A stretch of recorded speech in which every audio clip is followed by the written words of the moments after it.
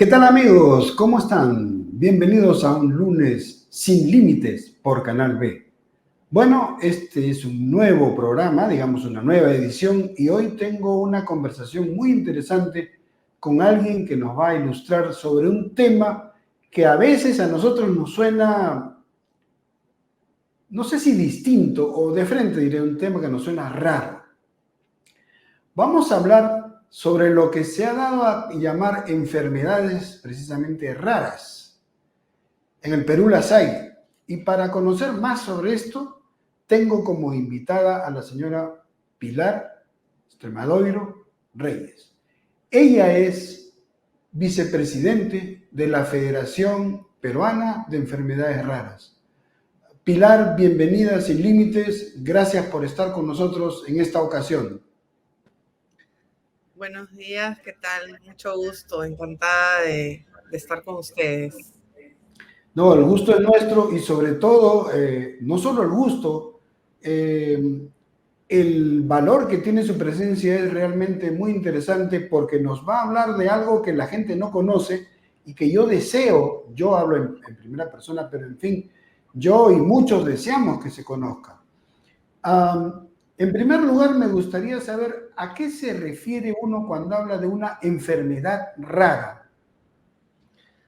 Sí, las enfermedades raras son aquellas de baja prevalencia en la población.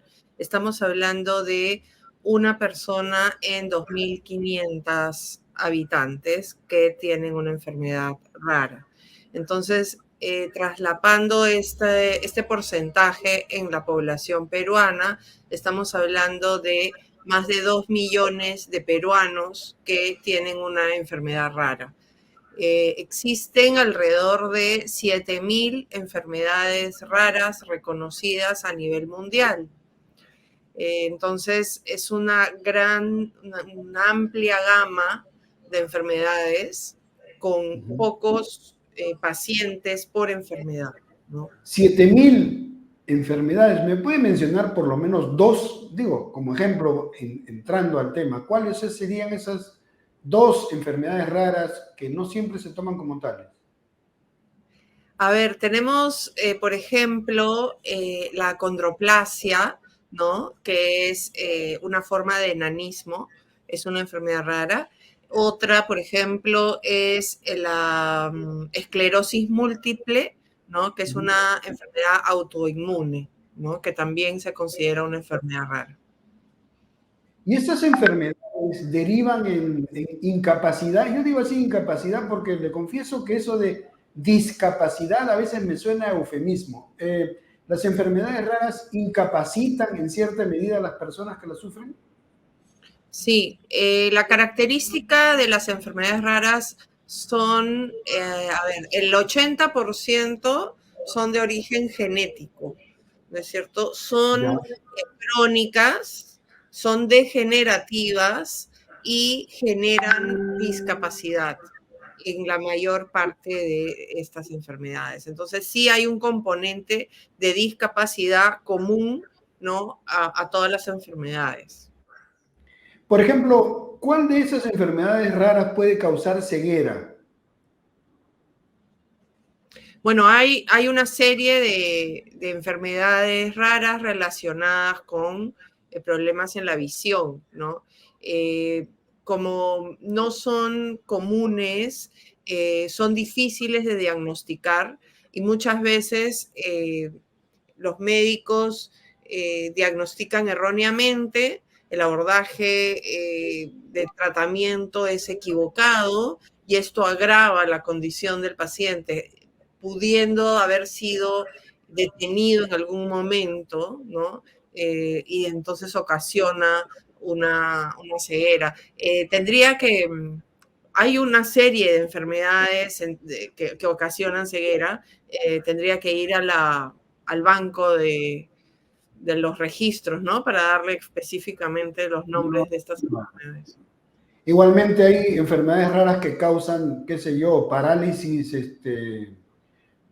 a decir Sí, parálisis facial o parálisis de o de sea, todo el cuerpo, de todo el cuerpo en realidad. O sea, hay enfermedades que son que dañan las conexiones nerviosas, ¿no? Ujú. Dañan el comportamiento de los músculos, entonces se debilitan y se atrofian y dejan de funcionar. Entonces tenemos esclerosis lateral amiotrófica, por ejemplo, tenemos la misma esclerosis múltiple, tenemos Duchenne, que es distrofia muscular de Duchenne, otros tipos de distrofias musculares. Entonces, el paciente poco a poco va perdiendo capacidad de movimiento y de autonomía, ¿no? Entonces, termina un paciente en etapa crítica, postrado en su cama, muchas veces con ayuda para respirar, en fin, asistencia para toda su alimentación, higiene, en fin, ¿no? Totalmente dependiente. Ahora, yo pienso, por ejemplo, los médicos, esto históricamente han ido adquiriendo experiencia, pero en un comienzo, y tal vez en nuestro país, esto lo pienso yo, tal vez hasta hoy sea un poco complicado detectar a un niño como portador de una enfermedad rara. ¿Cómo son los síntomas? Incluso cómo se podría más o menos intuir que este niño tiene algo raro? ¿Cómo es eso? Justamente es la etapa más complicada, es el diagnóstico, ¿no? Ya. ¿Qué pasa? Un paciente que tiene una enfermedad rara normalmente no encajan sus síntomas en ninguna enfermedad que sea común, de manejo diario. Entonces el Ujú. médico no logra identificar a qué enfermedad corresponde y cuál es la salida. Este médico mal diagnostica, número uno, o segundo, le dice al paciente que está mal psicológicamente, se está inventando los síntomas, que vaya al psiquiatra, que vaya al psicólogo, ¿no? No le dan seriedad a esta sintomatología y muy pocos derivan al paciente a un especialista que sepa de estos síntomas. Entonces, ahí es donde efectivamente se puede hacer un estudio más exhaustivo, exámenes médicos de laboratorio, imágenes, para confirmar la presunción del diagnóstico de enfermedad rara. También se confirma este diagnóstico con pruebas genéticas, porque el 70% de las enfermedades raras son de origen genético, ¿no? Son mutaciones espontáneas o heredadas de sus progenitores. ¿Y qué médicos especialistas son los llamados a realmente percibir, percatarse de algo raro en el paciente? ¿Existe Claro, alguna especialidad? dependiendo de la enfermedad, hay diferentes especialistas, pero yo diría que el más importante es el genetista, ¿no? Ya El que genético. la mayoría de enfermedades son de origen genético, el genetista tiene las herramientas para intuir qué enfermedades pueden ser y de ahí hacer un abordaje más de laboratorio, de exámenes que confirmen la presunción diagnóstica, ¿no? Ahora, en un caso ideal, se detectó la enfermedad. ¿Esta se puede manejar? No sé si superar, ojalá, qué lindo fuera. Superar, se puede manejar, se puede convivir con la enfermedad, pero en una forma llevadera. Justamente esa es una de las limitaciones más grandes que tenemos en la comunidad de enfermedades raras. Tenemos muy pocos tratamientos exclusivos dirigidos a estas enfermedades. Se calcula que de las 7.000 enfermedades, solo un 5% cuenta con un tratamiento específico para la enfermedad rara. Entonces, lo que se hace en la mayoría de enfermedades es tener tratamientos paliativos que no detienen la enfermedad, pero sí otorgan una calidad de vida al que la padece, ¿no? Ese es el abordaje que se da en enfermedades raras. ¿Hay síndromes que pueden ser catalogados como enfermedades raras? Me gustaría que me oriente sobre eso, por ejemplo, el de Amoebius o, no sé, el autismo. Estoy forzando la pregunta, pero sí, me gustaría saber al respecto. Hay síndromes que se consideran raros. Depende de la incidencia. El autismo no se considera una enfermedad rara, No. ¿no? No. Pero sí existen otros que sí. Nosotros tenemos eh, toda una convención mundial de qué cosa es una enfermedad rara y un banco de referencia donde podemos ingresar el nombre de la enfermedad y podemos saber si se considera rara o no, ¿no? Entonces, porque hay tal cantidad de enfermedades, de síndromes, que a veces uno no tiene la información correcta y el propio médico, como no conoce la enfermedad, tiene que investigarla. O sea, un médico no se debería de limitar a sus caballos, como digo yo. O sea, no todos son caballos, también hay cebras, ¿no es cierto? Entonces, Ya.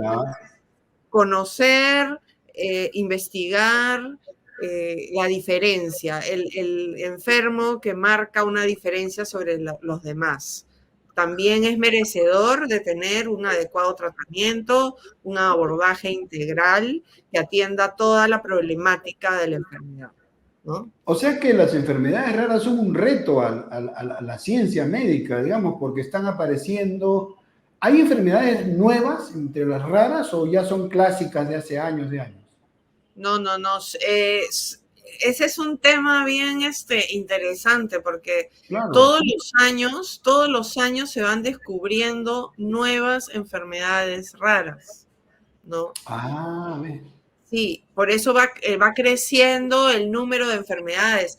Estas 7.000 ya no son 7.000, son 7.000 y pico. O sea, ya estamos, eh, el avance en la tecnología médica permite descubrir, ¿no? Enfermedades que antes simplemente pasaban y decían, bueno, está mal, está enfermo, no sabemos lo que tiene, y ahí queda el enfermo. Ahora no. Ahora hay toda una posibilidad de diagnóstico relacionado con las investigaciones que están en curso, ¿no? Ahora, ¿cuánto de mito y leyenda hay alrededor? Porque, por ejemplo, sobre la ceguera y otras limitaciones lo hay. ¿Cuánto de mito y leyenda hay alrededor de las enfermedades raras? ¿Se tiene un diagnóstico concreto como para contrarrestar esos mitos y leyendas en todo caso? Lo que la gente cree es que una persona con enfermedad rara tiene que quedarse en su casa, ¿no? Ya. No puede integrarse al mundo laboral, al mundo educativo, tiene que limitarse a simplemente sobrevivir, ¿no? Y eso está totalmente equivocado, ¿no? Una persona con enfermedad rara tiene toda la capacidad de estudiar, bueno, dependiendo del diagnóstico, obviamente, pero hay muchas Lógico. enfermedades que sí lo permiten, que sí permiten que el paciente estudie, trabaje, tenga una vida productiva, una vida familiar, social, que aporte a la sociedad, ¿no? Ese es un mito que nosotros estamos día a día luchando con que sea erradicado y educando a la gente en la realidad de lo que es tener una enfermedad rara, ¿no? ¿Me podría dar algún ejemplo para justamente para ilustrar con fundamento de hecho, qué personas, usted conoce personas con enfermedades raras que trabajan? No sé Claro, por si, supuesto. ¿sí? Mira, tenemos una asociación que es Osteogénesis Imperfecta. Ya. Eh, Su presidenta tiene la condición, ¿no? Ella ha estudiado su carrera, ella es profesora de Ya. idioma, ¿no? Ajá. Ella ha hecho una maestría en España hace poco, ella viajó sola, Ya. se totalmente independiente en silla de ruedas, o sea, Ah, en cierre. totalmente dependiente de la silla de ruedas y vivía sola, hizo su maestría, fue y regresó, ya está de regreso en el Perú, a continuar su trabajo desde su asociación y en su trabajo productivo, ¿no? Ese es un ejemplo. Otro ejemplo es una persona que tiene esclerosis múltiple, ¿no? Y lo mismo, ha estudiado, ha hecho su carrera y está totalmente incorporada al mundo laboral. Tenemos Ujú. también personas, por ejemplo, a ver, miastenia, el mismo, un asociado que tiene miastenia y tiene un trabajo de diseño gráfico, diseño de páginas web, o sea, no está divorciado el tema productivo del tema de la salud. Se pueden relacionar perfectamente, ¿no? O sea, en términos bien simples, a las personas con enfermedades raras no hay por qué tomarlas por inútiles. Ese es el error que comete la sociedad, no solo con las personas con enfermedades raras, sino con las personas llamadas con discapacidad, ¿no? Por falta de Claro, conocimiento, por falta así de un es. conocimiento real. Más adelante le voy a preguntar sobre las campañas que están haciendo. ¿Existe alguna relación?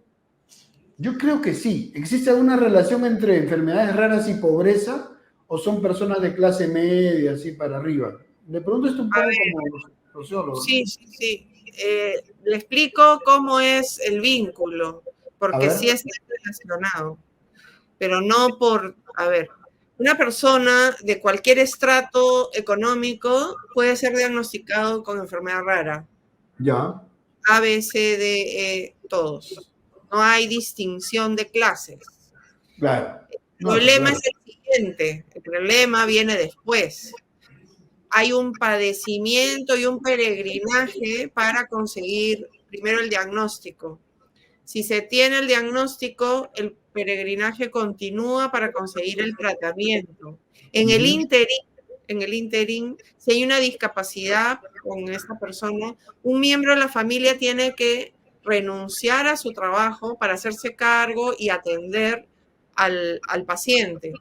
Se, mer, ajá. se merma el ingreso familiar a la mitad, si los dos trabajan. Luego, los medicamentos que no se consiguen por el seguro, porque el seguro no los cubre, no hay desabastecimiento, son caros. La familia, ¿qué hace? Desembolsa dinero todos los meses para el tratamiento, ya sea específico de la enfermedad o paliativo. Ujú. Las medicinas cuestan igual. Entonces, se desembolsa mucho dinero para tratar al familiar. Entonces, si una familia tenía una situación económica estable, tranquila, antes de tener al familiar con enfermedad rara, esta situación económica se cae tremendamente por atender al familiar. Entonces pasan de tener una situación B o C abajo, terminan vendiendo sus propiedades, en fin, gastando dinero para poder asistir a su familiar, ¿no? Entonces la economía se afecta tremendamente, ¿no? Y con la pandemia esto debe haber sido más bravo, usando así un término coloquial. Con la pandemia, uff, esto se les debe haber roto el piso o se les debe haber hundido a más de, a más de una familia con pacientes, ¿no? Por supuesto, nosotros como federación durante la pandemia hemos intentado, dentro de nuestras posibilidades, asistir a pacientes que no tenían ninguna posibilidad de ser ayudados porque vivían solos, porque no tenían familia en Lima, o en fin, diferentes situaciones, ¿no? Que han sido de emergencia en realidad una ayuda humanitaria que se realizó en su momento. No, no es nuestro rol como federación, ¿no? Nuestro rol como federación es eh, asistir, orientar a las asociaciones de las diferentes enfermedades en la búsqueda de sus tratamientos, de sus diagnósticos, en atender la política pública que esté de acuerdo a nuestras necesidades. Hacemos campañas, en fin, toda una serie de actividades, pero no hacemos una ayuda individual a cada paciente, ¿no? Porque no es nuestra labor. ¿Cómo nace la federación? Ahora sí me gustaría entrar un poco al tema. ¿Cómo nace la Federación Peruana de Enfermedades Raras? ¿Cuándo nace? A ver, es buena. La federación nace hace 17 años casi. ¿Ya? Nuestra presidenta, María Lourdes Rodríguez, ella es paciente de esclerosis múltiple y Ah, cuando ella fue diagnosticada, ella crea su asociación Hecho con Amor, Esclerosis Múltiple. Luego de crear su asociación, estuvo en contacto con toda la problemática que implica tener una enfermedad rara por experiencia propia, ¿no? ya. Entonces ella no se conformó con trabajar por esclerosis múltiple, sino hizo algo mucho más grande, un paraguas que involucre a todas las enfermedades raras del Perú. Esto, como te digo, se hizo hace 16, 17 años, se formó la federación, ¿no? Y la ley de enfermedades raras recién se aprobó en el 2011, ¿no? El Ahora, 2011. cómo hicieron, perdón, ustedes para llamar la atención? Porque ustedes hablan de enfermedades raras, no de discapacidad, digamos en términos generales. ¿Cómo hicieron para que las autoridades se fijen en ustedes? Fue bien frustrante, porque al principio fueron comunicados por escrito, cartas, llamadas, reuniones, ¿no? Muy protocolares, de muy buena intención, ¿no? Por parte de las autoridades, ¿no? Que sí escuchaban efectivamente, pero no hacían nada. Entonces, María Lourdes y el equipo que conformaba la federación en ese momento tomaron medidas desesperadas, ¿no? Extremas. ¿Cómo cuáles? Pancartas, tambores, ollas, Ya. megáfono en la puerta del Ministerio de Salud Mm. pidiendo que atiendan a las enfermedades raras. Y esto se hizo sistemáticamente hasta que el ministro de Salud preguntó quiénes son estas personas. O sea, recién se dio cuenta de que algo estaba pasando, ¿no? Entonces, ahí fue que ya se hizo un trabajo coordinado con el Ministerio de Salud para la promulgación de la ley de enfermedades raras. ¿Cuándo se hizo la ley? Perdón, hace 13 años, me dijo. En el 2011. 2011. Ah, ya. ¿Y cuánto de esa ley se está cumpliendo, en su opinión? O sea, ¿realmente se respeta la ley o es que del dicho al hecho hay mucho trecho acá? Hay muchas cosas que sí se han aplicado. Para empezar, se han hecho un listado de enfermedades raras que el ministerio cumple, o sea, cubre, reconoce, ¿no? Son 548 enfermedades que Ya. están reconocidas. Luego se hace toda un protocolo de cómo es la atención en enfermedades raras, cómo se procede con los tratamientos, quiénes son las instancias responsables. Pero ¿qué pasa? Toda esta forma de trabajar para enfermedades raras debería de ser diferente del trabajo que se hace para una enfermedad común. Para ¿En qué empezar, sentido? ¿En qué por sentido? ejemplo, la evaluación de los medicamentos. Para un medicamento estándar que atiende a una enfermedad común, se hace una evaluación de tecnología sanitaria que mide el costo-efectividad. O sea, si es efectivo, ¿no? Y si vale la pena invertir en ese medicamento en la población para suministrarlo a la población que lo padece, ¿no? Entonces, viene un antibiótico, viene un antiinflamatorio de última tecnología, lo evalúan y dicen, sí, ok, es efectivo, apruebo su registro y está listo para ser adquirido por Senares, en fin, por otras instancias, ¿no? Esta evaluación debería de hecho, en la última ley que se ha modificado, incorpora, ¿no?, evaluaciones multicriterio en enfermedades raras, que es lo ideal. ¿Por qué? Porque no solamente se debe de tomar el tema de costo-efectividad, ¿no?, sino también el bienestar del paciente. ¿Qué tanto y mejora su condición, su estado general? ¿Qué tanto le permite lograr independencia? ¿Qué relación mejora por tomar este medicamento? Hay todo un mundo integral que tiene que ser evaluado y no solamente el tema monetario, si es costo efectivo. Una enfermedad rara es mucho más compleja, ¿no? Y esperemos que esta evaluación multicriterio sea implementada, porque todavía no hay implementación de esta forma de evaluación, ¿no?, de medicamentos.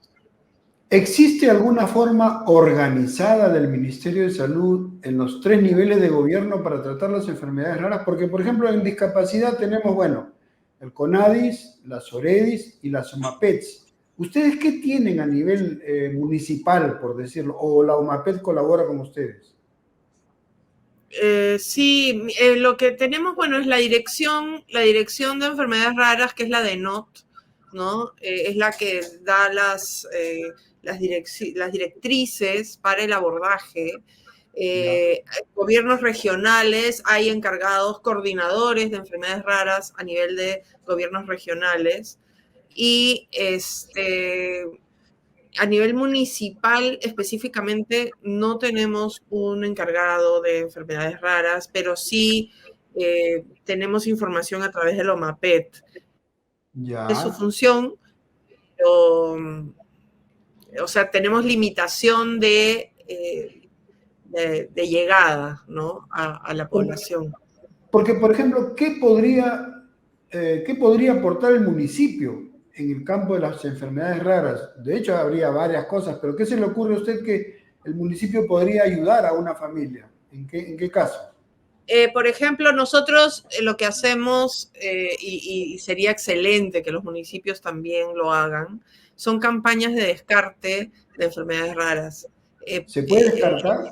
Se puede, por supuesto. Nosotros hacemos campañas en provincias donde no hay especialistas que puedan hacer un diagnóstico. Entonces nosotros vamos con un equipo de médicos especialistas a las provincias, ¿no? Y hacemos una campaña de 2 días donde convocamos a la población que tiene presunción de enfermedad rara, pero no ha sido diagnosticada. Son evaluados por los médicos que van desde Lima, ¿no? Y luego se hace un seguimiento a estos pacientes para confirmar su diagnóstico con imágenes, laboratorio, etcétera, ¿no? Pero ya se les encamina. Entonces, estas campañas de descarte pueden ser replicadas por los municipios, porque hay muchos municipios que tienen campañas de salud, de vacunación, atención odontológica, de la vista, de cáncer de piel, hacen toda una serie de campañas, ¿no? Y de estas campañas se pueden colgar las campañas también de enfermedades raras, ¿no?, que serían buenísimo. No, deberían llevarlas a cabo porque en buena cuenta es un servicio a la población, ¿no? Así es. Y Sobre que es todo, gratuito, en realidad, ¿no? ya, habiendo tantas enfermedades, yo no sabía que habían 7, y eso usted me dice 7.000 hablando en términos redondos, con el tiempo han ido avanzando. Habiendo eso, yo creo que de hecho los municipios tendrían algo que hacer frente a eso, ¿no? Así es. Hay mucho por hacer. mucho, mucho por hacer. En educación también, en cómo y no ser discriminados, no ser excluidos. Los niños tienen muchas dificultades para acceder a un colegio regular, porque no tienen ninguna discapacidad intelectual, o sea, tienen sus capacidades completas, intelectualmente hablando, pero como tienen limitaciones físicas, no los integran. Entonces dicen que no, el colegio no está preparado, y se ponen cuchumiles de excusas para no recibirlo. Entonces ahí nosotros damos una asesoría a la familia, contactamos con el colegio para explicarles de los derechos que tienen los niños para recibir una educación inclusiva, ¿no? Tenemos un área dentro de la federación que se dedica a, a manejar el tema de la inclusión. Estamos desarrollando aulas hospitalarias en el Hospital del Niño de Breña, por ejemplo. Tenemos este programa, ¿no? Que las profesoras del Ministerio de Salud ayudan a que los niños continúen su escolaridad estando internados en el hospital. Y nosotros estamos por firmar un convenio con el Ministerio para participar de este programa. Interesante. ¿Y qué campañas ha desarrollado la federación que usted consideraría las más notables? Tengo entendido que una de ellas es esta, de educación. ¿Han hecho sensibilización a la comunidad? Claro, hacemos diversas campañas de información a la sociedad, de capacitación a los médicos, de capacitación a las familias afectadas también, las campañas de despistaje, de descarte de enfermedades raras en provincias. Y hemos hecho, por ejemplo, ahora en febrero, un foro, ¿no? De enfermedades raras en el Congreso de la República, donde han estado congresistas, médicos de las diferentes entidades del Estado que están involucrados en enfermedades raras, dando su aporte en el abordaje de estas enfermedades. ¿Y se han acercado a medios informativos para orientarlos, para decirles, miren, estas enfermedades existen, para que, bueno, por lo menos le pongan atención? Sí, justamente por el mes, el 28 o 29 de febrero es el Día Mundial de las Enfermedades Raras. Y todo el mes de febrero se han hecho actividades, campañas por conmemorando el Día de las Enfermedades Raras. Y nos han requerido para entrevistas, ¿no? De diferentes medios de comunicación. Pero como yo terminaba la entrevista, ¿no? Con los periodistas y les decía, pero no hagan entrevistas solamente en febrero. O sea, este es un tema recurrente que se mantiene todo el año. O sea, háganlo visible, no solamente en febrero, háganlo visible todo el año. O sea, yo estoy disponible, les da mi tarjeta, acá estoy, o sea, llámame, yo vengo, yo te voy a atender, ¿no?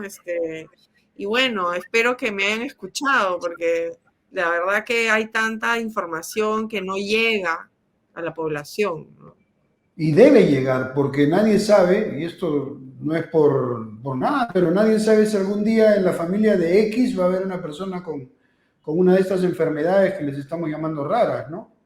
Por supuesto, son mutaciones espontáneas, ¿no? Hablando personalmente, mi hijo mayor tiene una enfermedad rara, y en la familia, ni en la familia del papá, de su papá, ni en la mía, hay ningún antecedente de enfermedad rara, de ningún tipo. Sin embargo, ha sido una mutación espontánea que hizo que mi hijo mayor tenga una enfermedad rara. Entonces, esto le puede suceder absolutamente a cualquier persona, ¿no?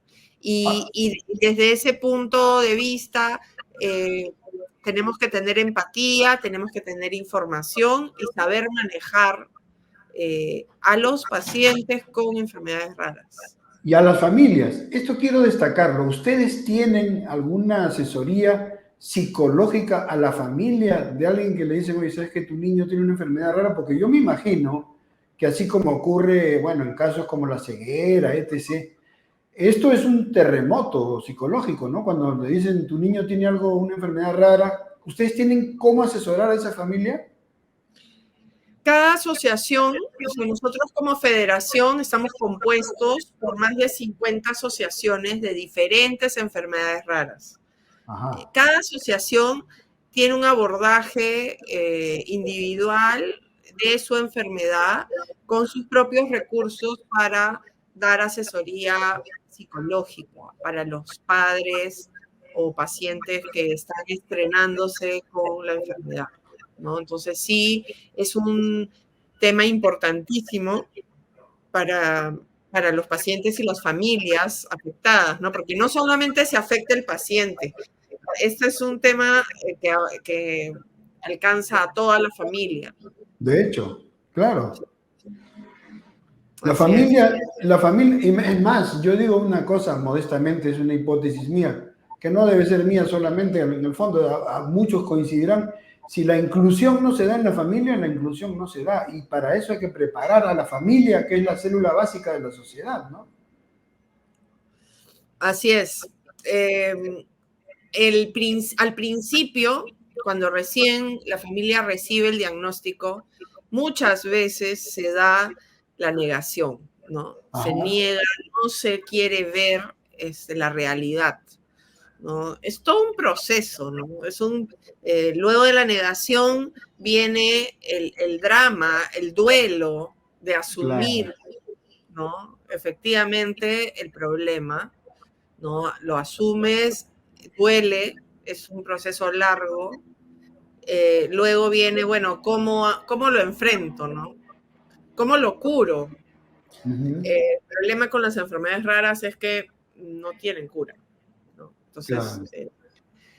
Y en esto, ahí En una esto segunda. hay algo, aquí hay algo que yo siempre, perdón, repito, y no porque, justamente yo soy anti-día de, ¿ah? O sea, personalmente, yo no diría que hoy es el día de tal, debe ser todo el año, como usted dice, es más, incluso, siempre pondero y destaco yo, no tengo por qué esperar, ni quiero esperar que sea el famoso ese día 8 de marzo, yo siempre ponderaré mayo, junio, septiembre, octubre, el valor de la madre de una persona con enfermedad rara. Para mí eso es fundamental, así como de discapacidad y todo. O sea, para mí el papel de la madre es fundamental. ¿Qué le parece a usted? Bueno, usted es madre, o sea, de Sí, hecho estará de acuerdo, es fundamental. La madre es, y no porque usted esté presente en la entrevista, para mí la madre es como un ángel custodio de la persona, bueno, con problemas, con enfermedades, ¿no?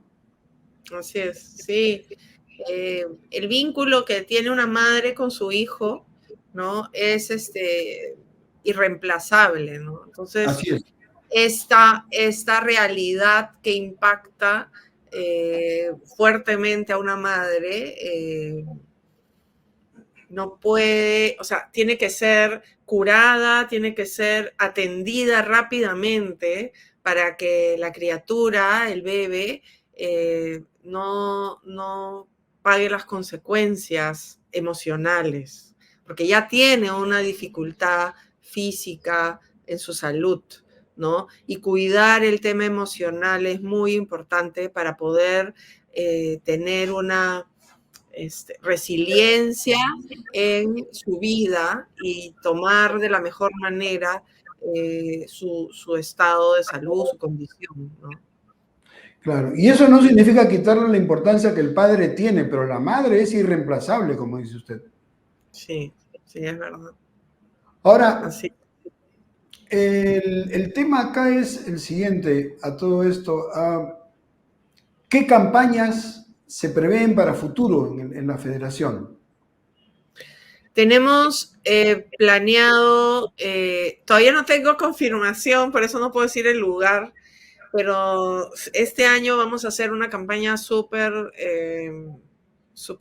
buena en una provincia de descarte de enfermedades raras. Tenemos campañas de información de las diferentes enfermedades raras, porque muchas veces los pacientes no saben que tienen algún tipo de tratamiento, ¿no? Entonces no tienen, si tienen su diagnóstico, de repente el doctor les dice, no, no pueden acceder a ningún tratamiento, cuando sí pueden, ¿no? Ujú. Entonces, la idea es dar información a la población para solicitar su tratamiento y si no se lo dan, acceder a las diferentes instancias, ¿no? Para reclamar que se le otorgue el tratamiento, tanto en CIS como en salud. En las dos atenciones tienen la capacidad para atender enfermedades raras. Si es salud, si su salud, perdón, si su salud no logra la atención, se va a la Defensoría del Pueblo. O sea, pero tenemos que ser escuchados, ¿no? Bueno, entonces, y no es que esté despidiendo, pero en próximas entrevistas, porque esa no será la única, y no voy a esperar a febrero, en próximas entrevistas, y que no suene a amenaza, pero en próximas entrevistas usted nos va a tener que informar sobre las campañas que se vienen, porque es que es necesario, y hablando en serio, no puede ser que un país que tanto necesita de salud le dé la espalda a su salud misma. No puede ser que el Estado se haga el desentendido, esté, como dicen, papando las musarañas muchas veces cuando hay que darle tratamiento a este tipo de enfermedades, ¿no? Así es. Le explico un poco, ¿no? A ver, a ver. Los, los medicamentos de uso común, ¿no? Están dentro del Petitorio Nacional, ¿no? Del PENUME, Petitorio Único de Medicamentos. Los médicos de los hospitales, ¿no? Tienen la indicación de hacer los tratamientos a los pacientes siguiendo este listado de medicamentos. Hay un listado adicional que es complementario también. Entonces, siguiendo estos dos listados, tienen que atender a todos los pacientes. Cuando llega un paciente con enfermedad rara, necesita un medicamento que está fuera de este listado. El doctor no lo solicita. No lo solicita. ¿Y Entonces, qué se hace entonces? es que ahí eso es lo que tenemos que visibilizar el tema y hacer que se solicite. O sea, el médico tiene que solicitarlo. Hay todo un trámite. El médico lo solicita, el comité farmacológico del hospital aprueba esta solicitud, de ahí pasa a Renetza y de Ya. ahí pasa a FISAL si fuese un medicamento de alto costo. Y FISAL es el que financia este medicamento y se lo suministra al paciente. Entonces, es una cadena de procesos, de pasos, que no es rápida, ¿no? Es lenta y en el interín el paciente va deteriorando y va progresando su enfermedad, pudiendo haber Hablando, tenido un tratamiento que por lo menos lo atenúa y no hace que progrese tan rápido, ¿no es cierto? hablando de medicamentos, hace poco hemos escuchado que había un problema con los genéricos. ¿Esto afecta a las personas con enfermedades raras? Porque tal vez habrían medicamentos genéricos que ellos podrían consumir. Sí, de hecho hay medicamentos de tipo paliativo que Ujú. sí están indicados. El tema es, imagínense si ya tenemos un costo altísimo porque el Estado no cubre medicamentos específicos para enfermedades raras, los medicamentos que también se usan por enfermedades raras que son genéricos y que facilitarían el tratamiento, que corten ese acceso, ya es terrible para los pacientes, ¿no? Hay otra problemática que tenemos, por ejemplo, hay pacientes que tienen una alergia alimentaria severa, que no pueden comer ningún alimento. Ujú. Es una enfermedad muy rara, pero que requiere un complemento alimenticio en polvo, ¿no? Que viene frasco, que no es considerado un medicamento. Y como no es considerado medicamento, no está cubierto por el Estado. Entonces, estos pacientes no pueden acceder a su tratamiento porque no es considerado un medicamento. Otro problema, los niños de piel mariposa, por ejemplo, ¿De piel tienen qué, perdón? ¿Piel qué?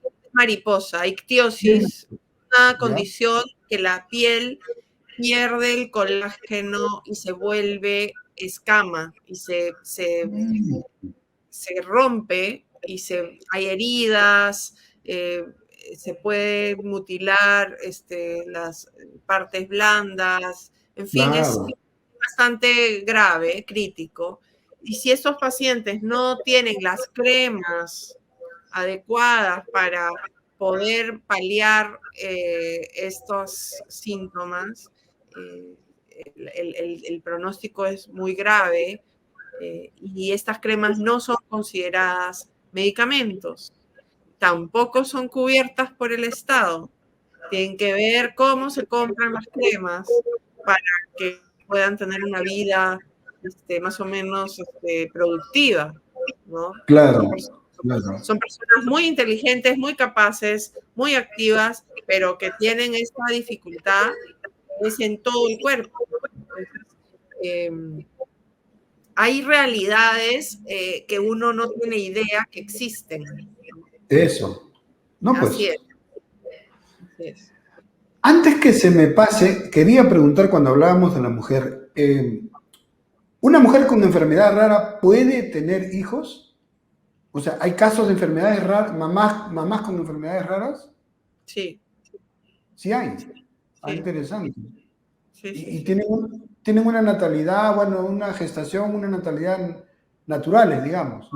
Ah, No siempre el hijo va a ser de enfermedad rara como ella, ¿no? así es. Claro, ahí hay un tema, ¿no?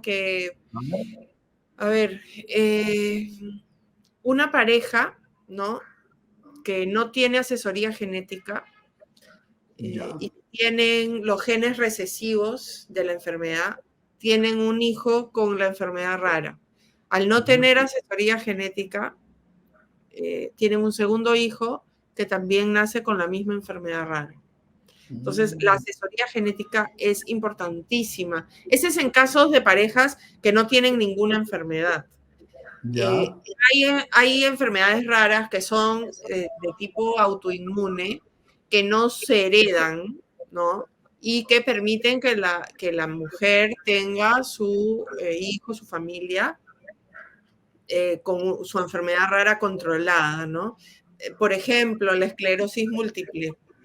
La esclerosis múltiple permite que una mujer tenga su familia sin ningún Ya. problema, teniendo su enfermedad controlada, ¿no? Mm.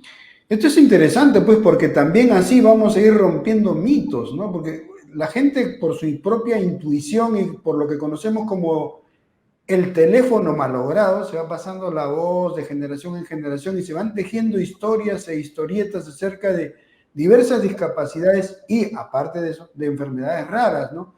Por eso hay que hablar de estas cosas, yo digo a veces, a simple vista y tal como son, sin edulcorar la píldora, porque no hacemos ningún bien tapando la realidad. No sé qué piensa usted al respecto. Sí, justamente tomando la frase anterior que dijo, eh, el tema de las, ay, por Dios, un ratito. El tema de, me están viendo? Sí, supongo que sí, yo lo escucho. Ya. El tema de las creencias, ¿no? Claro.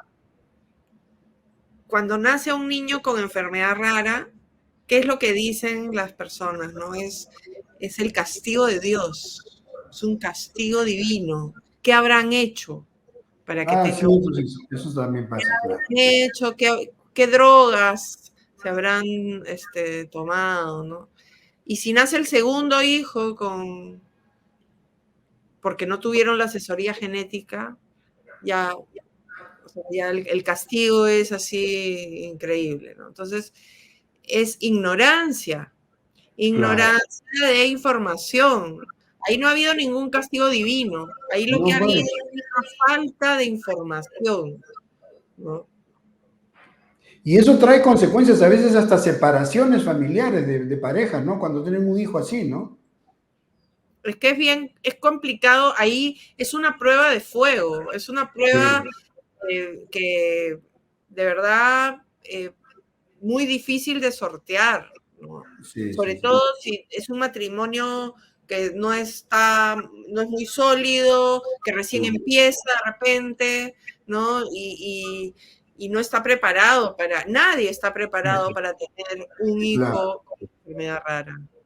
Y lo que usted ha tocado es importante, sobre todo en una sociedad en la que no hay una formación sólida, y hago énfasis en el tema, no hay una formación sólida en la fe. Lo que se ha escuchado es un cuchicheo así pseudo religioso muchas veces. No se ha formado verdaderamente en la religión a la gente. Entonces se presta a la desinterpretación, es decir, a creencias, como usted ha dicho, no me han castigado, esto es karma, no hay por qué hablar de karma acá, pero ahora se ha No, puesto hasta de moda hablar de karma y de cosas orientaleras, y ahí viene, no, es que en otra vida seguramente hiciste daño.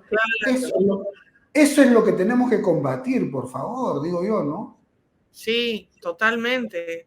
Es importantísimo porque está la familia estigmatizada, ¿no? O sea, Claro, porque no, ellos están castigados, ellos tienen un tema, mira el hijo que han tenido, no, ellos no pueden participar, no hay empatía, no hay información correcta para el abordaje de la realidad de la familia. Se necesita mucha información, mucha información. yo no sé si exagero, usted corríjame así, pero ¿no será que alguna gente por ignorancia puede llegar a pensar que alguna enfermedad rara es contagiosa? Claro, ¿Sí? claro. Es que cuando uno empieza a interpretar libremente, la mente se inventa cosas y Eso, después se inventa y uno cree que es correcto, ¿no? Entonces se pueden inventar la cantidad de teorías, ¿no? Jaladísimas de los pelos, pero claro, las creen correctas, ¿no?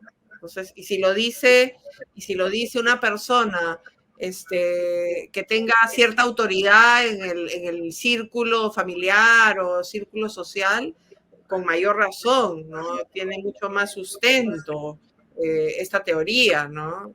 En comunidades apartadas, en el interior del país, ¿no? Donde no hay redes sociales, no hay internet, no hay acceso a la electricidad. También hay enfermedades raras ahí. También hay claro. niños con enfermedades raras.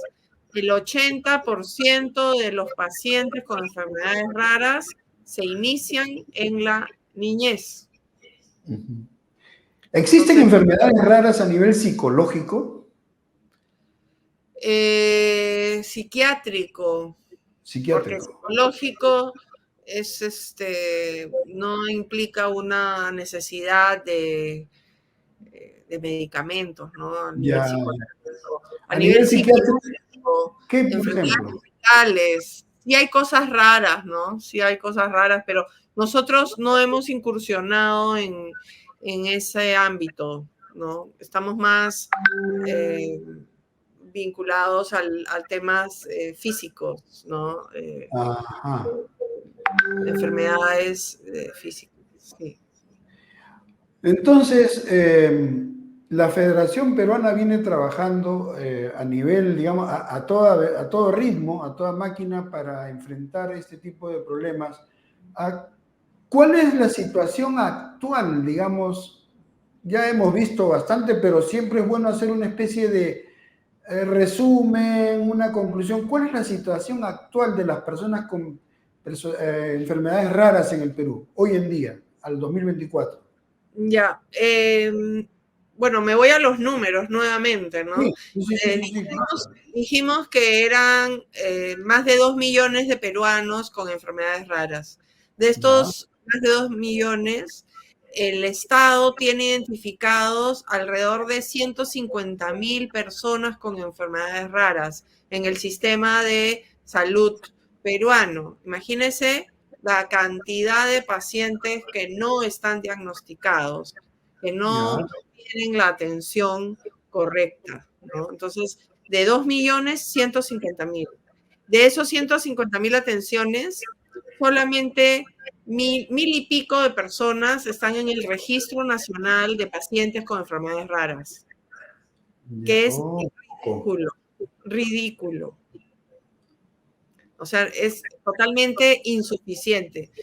¿Qué pasa? Otro problema que hay es que los fondos necesarios para cubrir medicamentos de enfermedades raras es muy pobre. Tenemos 34 millones de soles que han sido gastados en el 2023 para toda la población de enfermedades raras, ¿no? Para medicamentos de alto costo. Que casi todas las enfermedades raras tienen medicamentos de alto costo. Es una problemática bien compleja que necesita tener un abordaje muy específico por parte del Estado. No pueden ser tratadas las enfermedades raras como una enfermedad común. Es muy... Claro, Y por otro lado, toda persona tiene derecho a acceder a la salud. Por tener una enfermedad rara no significa que tenga que ser excluida, ¿no? Entonces, claro. eso es algo muy importante que hay que resaltar.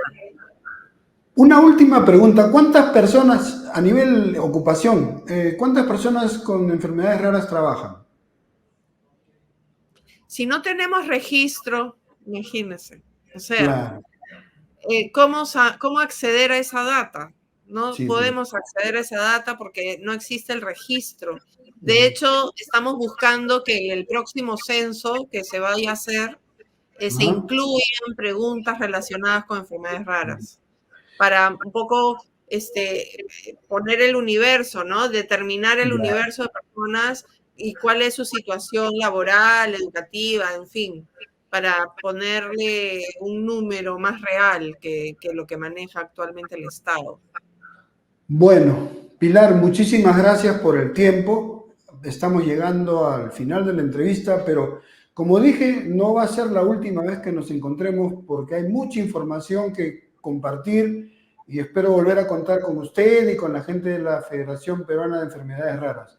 Muchas gracias a usted, Pilar, y a ustedes, amigos. Los espero el próximo lunes sin límites por Canal B. Denle like a este programa. Pásenle la voz a sus amigos y ya saben, el próximo lunes a las 3 de la tarde, sin límites, por Canal B. Chao.